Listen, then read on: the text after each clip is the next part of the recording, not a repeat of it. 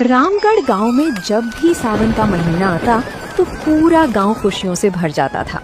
लेकिन माधव और उसके पिता दीनदयाल के लिए ये महीना कमाई का सबसे बड़ा जरिया था। गांव के नुक्कड़ पर दोनों मिलकर तीखी चाउमीन का ठेला लगाते थे। बारिश की रिमझिम फुहारों के बीच गर्मा गर्म तीखी और चटपटी चाउमीन खाने के लिए लोगों की भीड़ उमड़ पड़ती थी। दीनदयाल कढ़ाई में चाउमीन बना रहे थे और माधव प्लेटें साफ कर रहा था। अरे माधव, जरा हाथ तेज चला बेटा। देख आसमान में काले बादल कैसे घिर आए हैं। बारिश शुरू होने से पहले हमें सब कुछ तैयार करना है। जी पिताजी, मैं तो बस लगा ही हुआ हूँ, पर आप मसाले थोड़े ध्यान से डालना। पिछली बार मुखिया जी कह रहे थे कि मिर्च थोड़ी ज्यादा थी। अरे हमारी चाउमीन का नाम ही तीखी चाउमीन है। अगर लोगों की जीभ पर चटकारा ना आए और आंख से पानी ना आए तो फिर दीनदयाल के हाथ का स्वाद ही क्या। तभी गांव के दो दोस्त रमेश और सुरेश भीगते हुए ठेले के पास आकर खड़े हो गए। वाह दीनदयाल चाचा, क्या खुशबू आ रही है। इस ठंडे मौसम में आपकी चाउमीन की महक दूर से ही खींच लाई। हाँ चाचा, 2 प्लेट एकदम चटपटी और तीखी चाउमीन लगा दो। आज तो खाकर मजा ही आ जाए। हाँ हाँ, क्यों नहीं बेटा। माधव, जरा 2 पत्तल निकाल। अचानक तेज हवा के साथ बारिश की बड़ी बड़ी बूंदें गिरने लगी। ठेले के ऊपर लगा तिरपाल हवा में लहराने लगा, लेकिन ग्राहकों की भीड़ कम नहीं हुई। आहा चाचा, क्या स्वाद है। सच में ऐसी चाउमीन पूरे शहर में कहीं नहीं मिलती। ये जो आपका तीखापन है ना, यही दिल जीत लेता है। सही कहा रमेश भाई, इस बारिश के मौसम में ये तीखा स्वाद सोने पे सुहागा है। चाचा, इस स्वाद का राज क्या है? बेटा, इस स्वाद का राज है सही वक्त पर सही मसाले का तालमेल। आंच कितनी रखनी है और मसालों को कितना भूनना है, सारा खेल इसी का है। पिताजी, मैं इतने दिनों से आपके साथ हूँ, पर मुझे आज तक समझ नहीं आया कि आप कब कौन सा मसाला कितनी मात्रा में डाल देते हैं। बेटा, ये तो अनुभव से आता है। जब तू दिल से बनाएगा तो तेरे हाथ में भी यही स्वाद आ जाएगा। चल अब बातें कम कर और जरा वो चिली सॉस की बोतल इधर बढ़ा। रात गहराने लगी थी और बारिश और तेज हो गई थी। ठेले का सारा सामान बिक चुका था, लेकिन दीनदयाल के पैर अब ठंड से कांपने लगे थे। अगली सुबह माधव सोकर उठा तो उसने देखा कि उसके पिता दीनदयाल अभी तक बिस्तर पर सो रहे थे, जबकि रोज इस वक्त तक वे ठेले की तैयारी में जुट जाते थे। माधव उनके पास गया और जैसे ही उनका हाथ छुआ वो चौंक गया। दीनदयाल का शरीर बुखार से तप रहा था। पिताजी, आपको तो बहुत तेज बुखार है। आपका पूरा शरीर तप रहा है। आपने मुझे रात को बताया क्यों नहीं? कुछ नहीं हुआ बेटा। वो कल रात बारिश में ज्यादा देर तक भीग गए थे ना, बस उसी का असर है। तू फिक्र मत कर, मैं अभी उठकर ठेले का सामान तैयार करता हूँ। अरे नहीं पिताजी, आप बिल्कुल नहीं उठेंगे। आपकी तबीयत बहुत खराब है। मैं अभी जाकर डॉक्टर बाबू को बुलाकर लाता हूँ। माधव भागकर गांव के डॉक्टर को ले आया। डॉक्टर ने दीनदयाल की जांच की और दवाइयाँ लिख कर दी। माधव, तुम्हारे पिताजी को ठंड लग गई है। बारिश में लगातार खड़े रहने की वजह से ऐसा हुआ है। इन्हें कम से कम 2 हफ्ते तक पूरी तरह आराम करना होगा। चूल्हे के पास जाने की तो बिल्कुल मनाही है। पर डॉक्टर बाबू, अगर मैं बैठ गया तो हमारा घर कैसे चलेगा। सावन का महीना ही तो हमारी कमाई का समय होता है। रोज का कमाना, रोज का खाना है हमारा। पिताजी, आप घर की और पैसों की चिंता बिल्कुल मत कीजिए। जब तक आप ठीक नहीं होते, ठेला मैं संभालूंगा। मैं आज से ही ठेला लगाऊंगा। तू संभालेगा? माधव, तूने आज तक कभी अकेले चाउमीन नहीं बनाई है। सब्जियां काटना और प्लेट धोना अलग बात है, पर कढ़ाई संभालना बहुत मुश्किल है। पिताजी, मैं इतने दिनों से आपको देख ही तो रहा हूँ। आप बस मुझ पर भरोसा रखिए। आप आराम कीजिए, मैं सारा सामान तैयार करता हूँ। दोपहर को माधव अकेली ही ठेला लेकर गांव के नुक्कड़ पर पहुंच गया। आसमान में फिर से बादल छाए हुए थे। माधव ने अकेली ही तिरपाल बांधा और गैस चूल्हा जलाया, पर उसके मन में एक गहरा डर था। मैंने कह तो दिया कि मैं संभाल लूंगा, पर मुझे तो मसालों का सही अंदाजा भी नहीं है। पिताजी कैसे चुटकी भर मसाला डालकर जादू कर देते थे। भगवान आज लाज रख लेना। तभी गांव के पहले ग्राहक रामू काका ठेले पर आए। अरे माधव, आज अकेले? दीनदयाल भाई कहाँ हैं? आज दिखाई नहीं दे रहे। प्रणाम काका। पिताजी की तबीयत खराब है, उन्हें तेज बुखार है, इसलिए आज से कुछ दिन ठेला मैं ही संभालूंगा। ओहो, ये तो बुरा हुआ। चलो कोई बात नहीं, तुम भी तो उन्हीं के बेटे हो, उन्हीं से सीखा होगा। चलो हमारे लिए एक प्लेट बढ़िया तीखी चाउमीन बनाओ, जरा देखें तुम्हारे हाथ का स्वाद। जी काका, अभी बनाता हूँ। माधव ने नूडल्स कढ़ाई में डाले, सब्जियां मिलाई और फिर मसालों के डिब्बे की तरफ देखा। उसके हाथ कांप रहे थे। उसे समझ नहीं आ रहा था कि कौन सा मसाला कितना डालना है। उसने घबराहट में अंदाजे से मसाले डाल दिए और चाउमीन प्लेट में निकालकर रामू काका को दे दी। रामू काका ने चाउमीन का पहला निवाला अपने मुंह में डाला तो उनका चेहरा अजीब सा बन गया। अरे बाप रे माधव बेटा, ये क्या बना दिया है? ये चाउमीन है या सिर्फ मिर्ची और नमक का घोल? क्या हुआ काका, मिर्च ज्यादा हो गई क्या? मैंने तो बस अंदाजे से। ज्यादा? बेटा मिर्च इतनी ज्यादा है कि जुबान जल गई, और नमक तो जैसे तुमने मुट्ठी भरकर डाल दिया है। दीनदयाल की चाउमीन तीखी जरूर होती थी, पर एक स्वाद होता था। इसमें तो सिर्फ कड़वाहट है। तभी ठेले पर दो और ग्राहक श्याम और गोपाल भी आ गए। उन्होंने रामू काका को खांसते हुए देखा। क्या हुआ रामू काका, आज चाउमीन कुछ ज्यादा ही तीखी बन गई क्या? माधव, हमारे लिए भी 2 प्लेट लगाओ भाई, जरा हम भी चखें। अरे श्याम, संभल कर खाना भाई, आज दीनदयाल नहीं है, माधव ने बनाई है। मेरे तो पेट में अभी से जलन होने लगी। मैं तो चला। काका पैसे मत दीजिए, मुझसे गलती हो गई। कोई बात नहीं माधव, पहली बार में ऐसा होता है। चलो हमारे लिए बनाओ, पर हाँ मिर्च और नमक जरा कम रखना। माधव ने गहरी सांस ली। इस बार उसने मिर्च बहुत कम डाली और नमक भी बिल्कुल थोड़ा सा डाला। उसने डरते डरते प्लेट श्याम और गोपाल की तरफ बढ़ाई। दोनों ने एक एक चम्मच खाई और एक दूसरे का मुंह देखने लगे। अरे माधव यार, इसमें तो कोई स्वाद ही नहीं है। ये तो बिल्कुल उबली हुई सिवई जैसी लग रही है। ना तीखापन है, ना वो मसालों की खुशबू।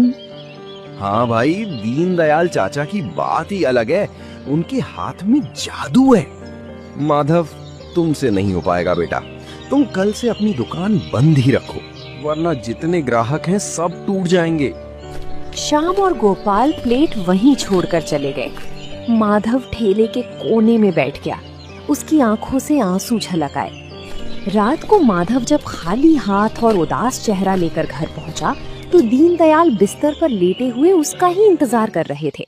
माधव के उदास चेहरे को देखकर वे समझ गए कि आज कुछ ठीक नहीं हुआ है। आ गए माधव? क्या हुआ बेटा, आज चेहरा इतना उतरा हुआ क्यों है? दुकान पर सब ठीक रहा ना? नहीं पिताजी, मुझसे नहीं होगा। मैं आपका नाम डुबो दूंगा। आज जितने भी ग्राहक आए, सबने मेरी बनाई चाउमीन की बुराई की। कोई कह रहा था मिर्च ज्यादा है, तो कोई कह रहा था कि इसमें कोई स्वाद ही नहीं है। बस इतनी सी बात पर हार मान गया? बेटा, खाना बनाना सिर्फ पेट भरने का साधन नहीं है, ये कला है। जब तक तू डरकर बनाएगा, स्वाद कभी नहीं आएगा। पर पिताजी, मुझे आपके मसालों का अंदाजा ही नहीं है। आप जब बनाते हैं तो खुशबू दूर दूर तक जाती है। मेरे हाथ से वो बात क्यों नहीं आती? क्योंकि तू सिर्फ मसालों को कढ़ाई में डाल रहा है, उन्हें समझ नहीं रहा। सुन, मेरी अलमारी के पीछे एक पुराना डिब्बा रखा है, उसे लेकर आ। माधव उठा और अलमारी के पीछे से एक छोटा पुराना लोहे का डिब्बा निकाल लाया। उसने उसे अपने पिता के हाथ में दिया। ये देख माधव, ये है हमारी तीखी चाउमीन की जान। लोग समझते हैं कि मैं सिर्फ लाल मिर्च डालता हूँ, लेकिन इस डिब्बे में सूखी लाल मिर्च के साथ साथ भुनी हुई काली मिर्च, थोड़ा सा अमचूर और एक खास जड़ी बूटी का पाउडर है, जो तीखेपन को गले में चुभने नहीं देता, बल्कि स्वाद बढ़ाता है। अच्छा, तो ये राज था। पर पिताजी, इसे कढ़ाई में डालना कब है और कितनी मात्रा में? यही तो सबसे बड़ी सीख है। जब तेल में लहसुन और प्याज पूरी तरह भून जाए और सब्जियां हल्की कच्ची रहें, ठीक उसी वक्त ये मसाला डालना है। ज्यादा भूनोगे तो मसाला जल जाएगा और कड़वा हो जाएगा। और मात्रा एक प्लेट में सिर्फ आधी छोटी चम्मच। पिताजी, क्या मैं कल फिर से कोशिश करूं? मुझे डर लग रहा है कि अगर कल भी लोग नाराज हो गए तो।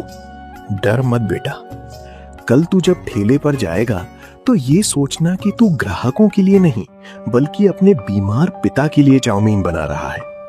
जब दिल में अपनों के लिए प्यार होगा तो हाथ अपने आप सही मसाला उठाएगा। पिता की बातों ने माधव के अंदर एक नई उम्मीद जगा दी थी। अगली सुबह आसमान में फिर से काले बादल छाए हुए थे और ठंडी हवा चल रही थी। माधव सुबह जल्दी उठ गया। उसने अपने पिता के पैर छुए, उनका आशीर्वाद लिया और रसोई में जाकर सीक्रेट मसाले के डिब्बे को अपने थैले में रख लिया। आज उसके चेहरे पर डर नहीं बल्कि एक अजीब सा आत्मविश्वास था। वो ठेला लेकर उसी नुक्कड़ पर पहुंच गया। आज कोई गलती नहीं होगी। पिताजी ने जो कहा था मुझे ठीक वैसा ही करना है। जल्दबाजी बिल्कुल नहीं। माधव ने प्याज, शिमला मिर्च और पत्ता गोभी को बारीक बारीक काटा।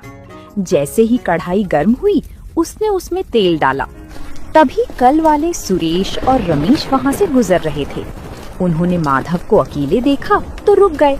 अरे रमेश देख, तीखी चाउमीन वाले का बेटा आज फिर ठेला लगाए खड़ा है। कल शाम कह रहा था कि इसने बहुत बेकार चाउमीन बनाई थी। हाँ भाई, दीनदयाल चाचा के बिना इस ठेले का स्वाद तो खत्म ही समझो। चलो आज कहीं और चलते हैं। रमेश भाई, सुरेश भैया, तो रुकिए, जरा 2 मिनट मेरी बात तो सुनिए। क्या बात है माधव? देखो भाई, आज हमें पेट खराब नहीं करना है। कल रामू काका भी शिकायत कर रहे थे।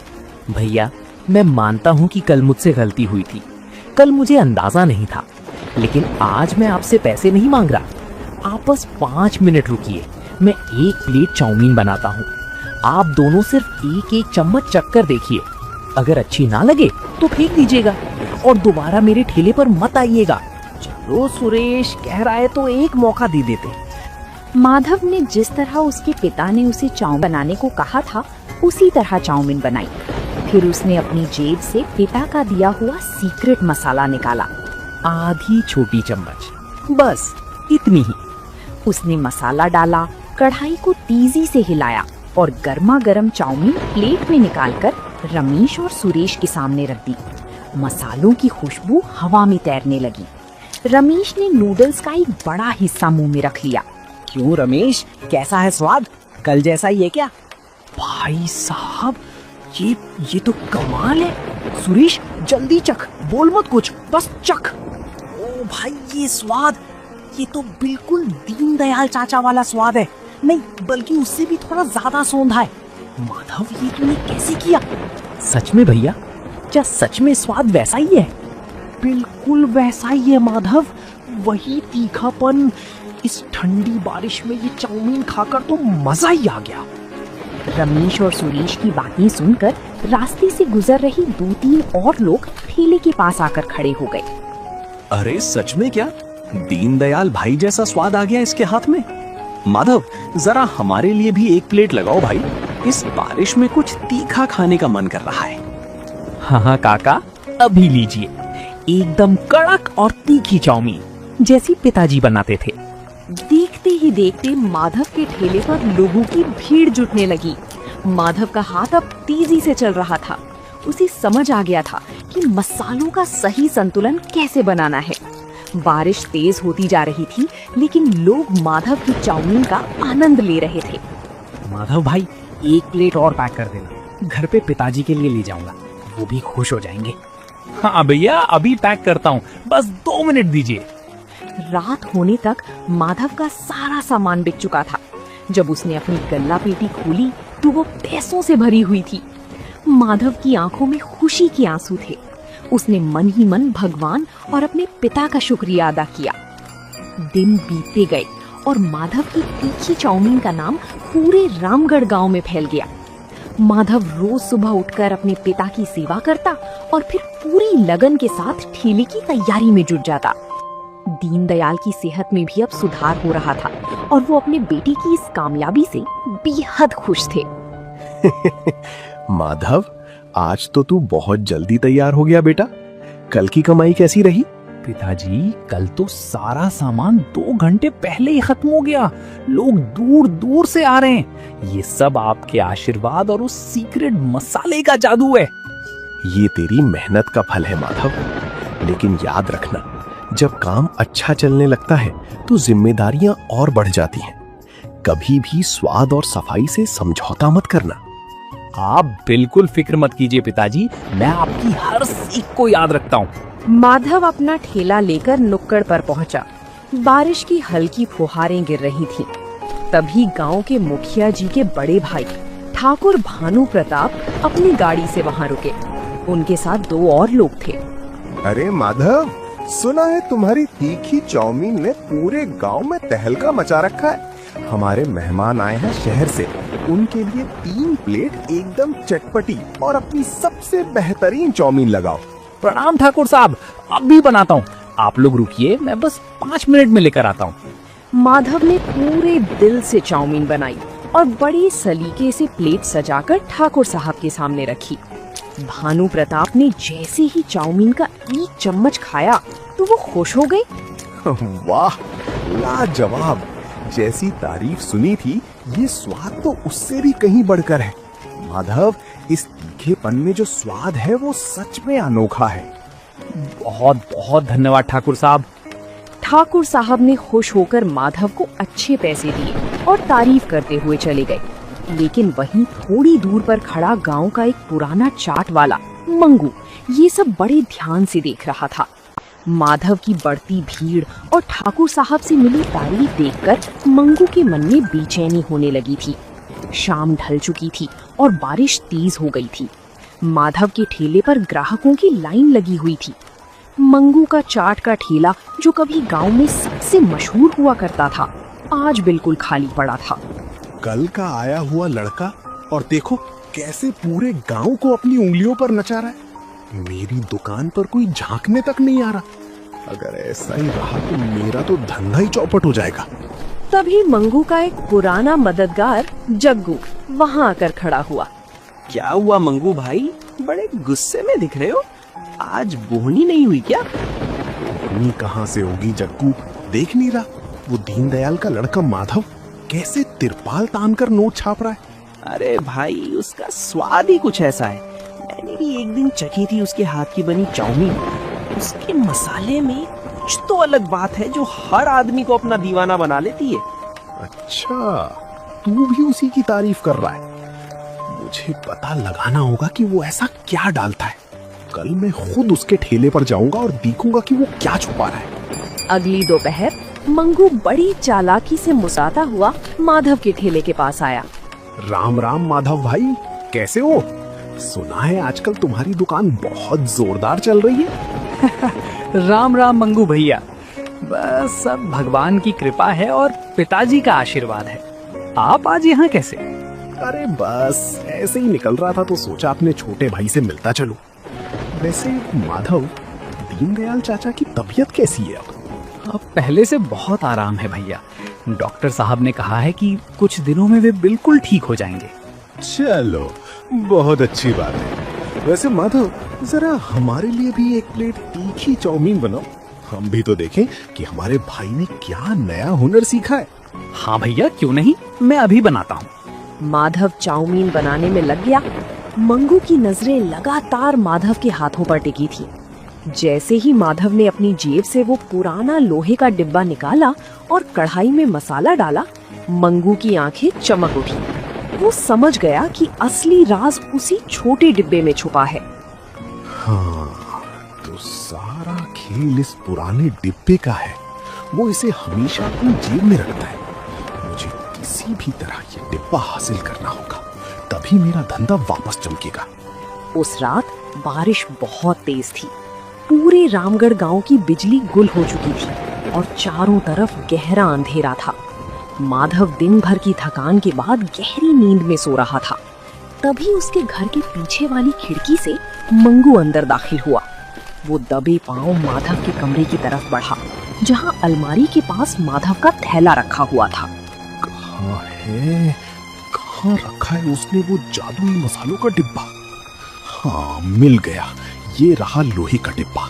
अब देखता हूँ माधव, तू कल दुकान कैसे चलाता है। जैसे ही मंगू डिब्बा लेकर पलटा, उसका पैर फर्श पर रखी एक बाल्टी से टकरा गया। तेज आवाज हुई और माधव की आंख खुल गई। कौन है वहां? रुको! माधव तुरंत चोर के पीछे भागा। घर के बाहर तेज बारिश हो रही थी। मंगू कीचड़ में फिसलकर गिर गया था। माधव ये देखकर हैरान रह गया कि चोर कोई और नहीं बल्कि गांव का सबसे पुराना दुकानदार मंगू था, जिसके हाथ में वही लोहे का डिब्बा था। मंगू भैया, आप मेरे घर में चोरी कर रहे थे और आपके हाथ में ये मेरे पिताजी के मसालों का डिब्बा क्यों है? माधव, मुझे माफ कर दो। तुम्हारी दुकान पर भीड़ देखकर और अपनी दुकान खाली देखकर मेरे मन में लालच आ गया था। मुझे लगा कि अगर ये सीक्रेट मसाला मुझे मिल गया तो मेरा धंधा फिर से चल पड़ेगा। मंगू भैया, आप तो मुझसे इतने बड़े हैं, पूरा गांव आपकी चाट का दीवाना था। अगर आपको ये मसाला चाहिए था तो आप मुझसे सीधे मांग लेते। इसके लिए चोरी करने की क्या जरूरत थी? मैं बहुत शर्मिंदा हूँ माधव। मैंने तुम्हारे साथ धोखा करने की कोशिश की। गांव वाले अगर ये जान गए तो वे मुझे यहाँ रहने भी नहीं देंगे। मुझे पुलिस के हवाले मत करना भाई। मंगू भैया, हमारे गांव में किसी का घर उजाड़ना नहीं बल्कि एक दूसरे का साथ देना सिखाया जाता है। मैं किसी से कुछ नहीं कहूँगा। आप घर जाइए, कल सुबह मेरे ठेले पर आइएगा। अगली सुबह बारिश थम चुकी थी और मौसम बेहद सुहावना था। दीनदयाल भी अब काफी हद तक ठीक हो चुके थे और माधव के साथ ठेले पर आए थे।